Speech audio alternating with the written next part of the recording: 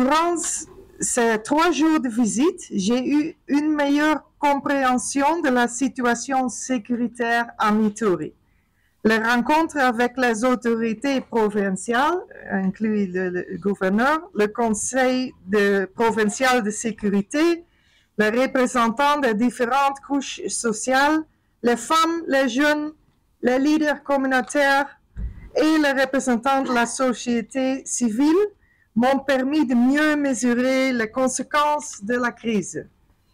Je me suis aussi rendue dans le territoire de Djougou, à Drodro, et dans le territoire de Irumu, à Komanda et Idoro. Ce que j'ai vu et entendu sur le terrain me permet de faire le constat suivant. Des avancées notables dans la stabilisation et la protection des civils dans la province de l'Ituri depuis 2021, grâce aux efforts conjugués du gouvernement provincial et de la MONUSCO à travers une combinaison des approches militaires et non militaires pour la restauration de la paix et la stabilisation de la province. Si les opérations conjointes ont permis de contenir la menace des groupes armés locaux, elles ont aussi permis de réduire significativement la menace des ADF contre les populations civiles dans le territoire d'Irumu et Mombasa. Mais ces menaces sont encore présentes et nous allons continuer à travailler avec nos partenaires pour les réduire au minimum et, si possible, les éradiquer.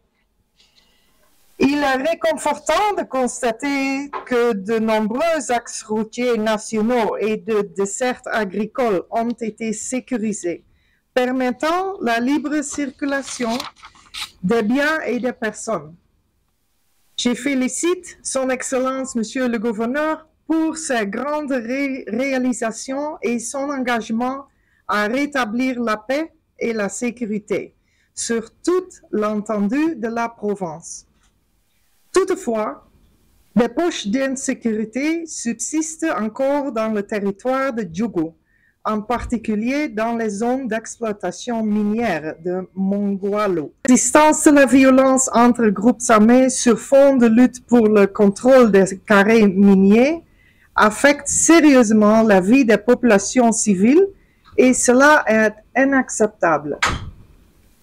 Surtout quand ces groupes s'attaquent aux forces nationales de défense et de sécurité.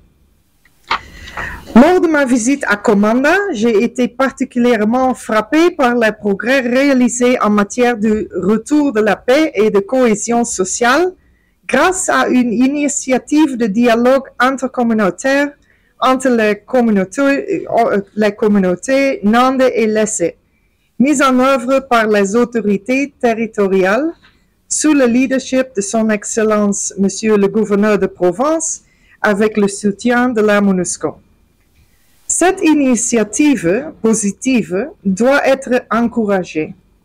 À cet égard, la MONUSCO continuera à soutenir la mise en œuvre de cet accord, notamment le travail du comité de suivi en renforçant ses capacités, mais aussi à travers la mise en œuvre des projets de développement structurants et intégrateurs, permettant aux jeunes et aux femmes de se prendre en charge. J'ai pu visiter sur place le projet de construction d'un centre de formation professionnelle soutenu par la MONUSCO et en apprécier la pertinence. D'ailleurs, je crois que le territoire d'Irumu doit être pris en exemple par les autres territoires en la matière. Le retour progressif des populations dans les chefferies de Bahema Nord, Bahema Badjere, Bahema Baguru, Walende Tatsi à Djougou, de Walese Vonkuto et Banyali Chabi à Irumu, Angal, Alur, Djuganda et Walendu Watsi à Mahagi est le fruit de l'approche combinée dont j'ai déjà parlé.